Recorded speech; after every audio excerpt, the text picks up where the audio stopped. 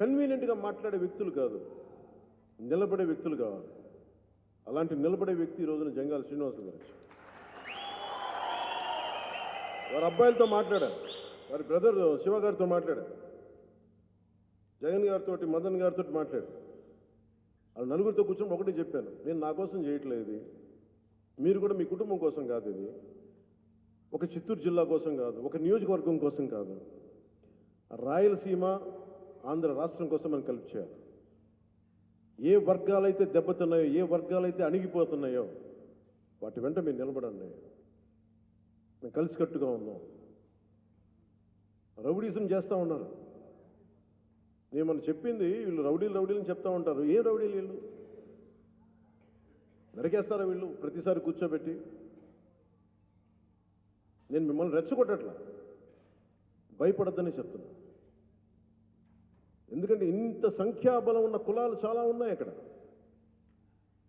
కొద్దిమంది చేతుల్లోకి మీరు ఎందుకు వెళ్ళిపోతారు? భయపడాల్సిన అవసరం ఏముంది? మన బలహీనత ఐక్యత లేక, సంఖ్యాబలం ఉన్న కులాల్లో ఐక్యత లేక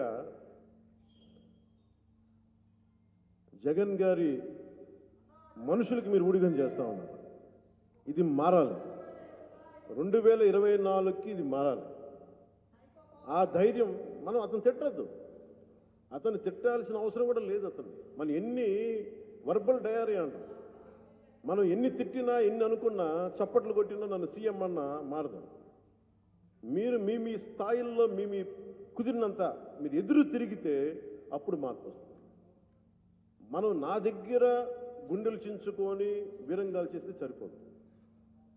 నేను మీ దగ్గర తక్కువ మాట్లాడతాను, నేను ఎక్కువ మాటలు చెప్పను, తొడలు కొట్టుకోను, గుండెలు చరుచుకోను, జబ్బలు చరుచుకోను, చొక్కాలు ఇట్లా మడత పెట్టను జగన్లాగా. అవసరమైనప్పుడు నిలబడతాం అంతే.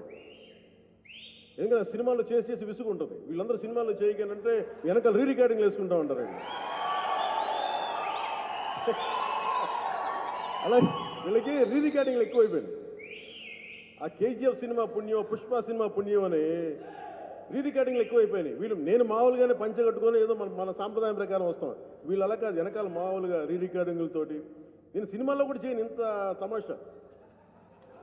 పంచి డైలాగులు మళ్ళీ వీళ్ళకి సరిగ్గా ఒక సంస్కృత శ్లోకం ఇస్తే నోరు తిరగదు వీళ్ళకి, వీళ్ళు పంచి డైలాగులు. సరే చెప్దాం.